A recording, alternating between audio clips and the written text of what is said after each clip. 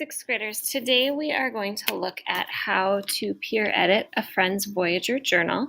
You have a white checklist that you should be using. Make sure your name is clearly written at the top. I'm going to take a few minutes to show you how to use some of the editing tools in Google Docs so that you can accurately mark up your classmates' journal and give them some helpful feedback. The first thing that you should be looking for is that each sentence begins with a capital letter. So as you read through their journal, check at the start of each sentence, and if you find something that should be capitalized that is not, you need to highlight it in red or change it to red. So to do that, I'm going to highlight the text I want to fix, then go up here where it says text color, change that to red. Then it will stand out and the person who owns the document will see it and know what they need to fix.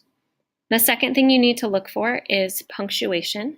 As you read through their journal, you might notice some places where they forgot punctuation. Maybe they have a period where they need a question mark or vice versa. So in a situation like that, for example, this sentence ends with 2 periods. We only need 1. I'm going to highlight that and change it green, like the directions tell me to. I could also highlight it in green so it stands out a little bit more. That shows them that there's something there they need to fix.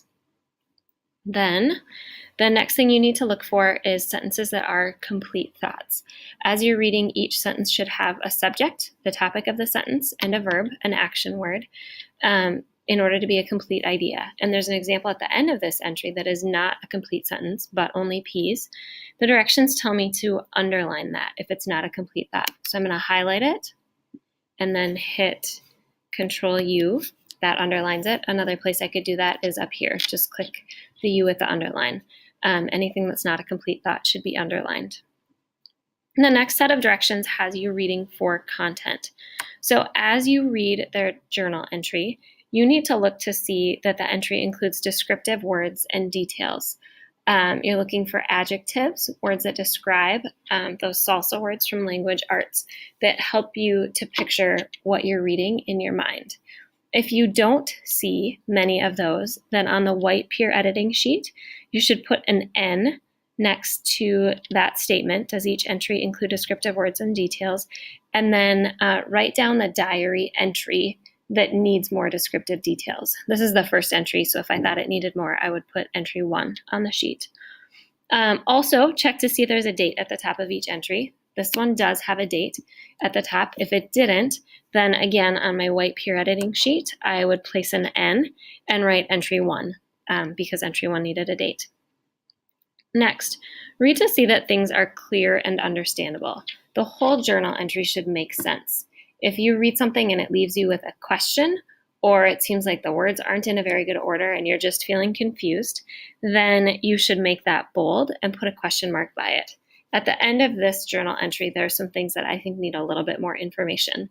It says, I heard the food is bad. I don't want to be called a pork eater. While those are complete ideas, we don't know what a pork eater is. So I am going to make this bold by highlighting it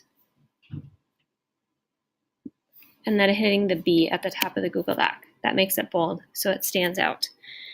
It says to underline all spelling mistakes. You'll notice that in this document there are some things already underlined in red, so you can leave those alone. If you noticed anything else that didn't get caught, you could fix it or underline it. This is one example. I have just singed my contract to be a Voyager for the Hudson Bay Company. This is a word, but it's not the word that fits here. It should be signed. So I'm going to underline that. And then I can actually make a comment by clicking on comments, and I can spell the word that I think should go there instead. The needs to be fixed, so I'll underline that.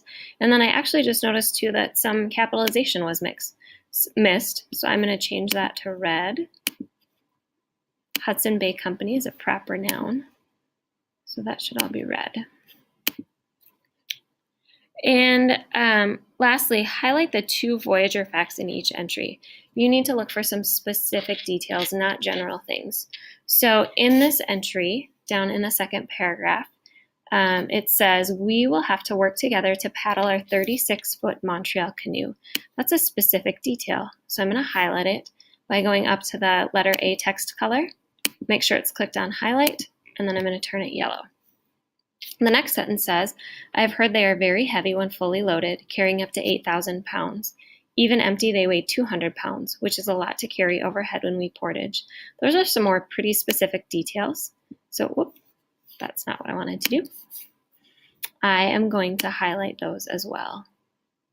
So I'll highlight with my cursor, click highlight, and make that yellow.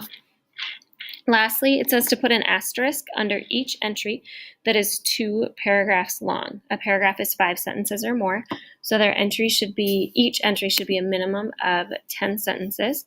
I see that this one is, so under the signing off, I am going to hit Shift and the number 8. There's an asterisk. That tells the person that owns the document that they've got enough information.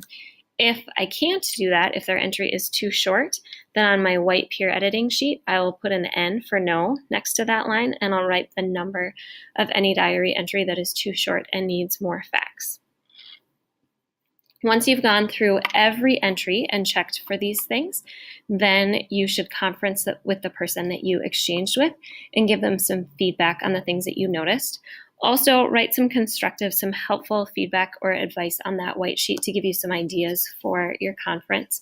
Make sure that you really do a thorough job, because this is the feedback they're getting on a summative assessment that is worth a bunch of points, and you would want someone to be pretty detailed in yours as well.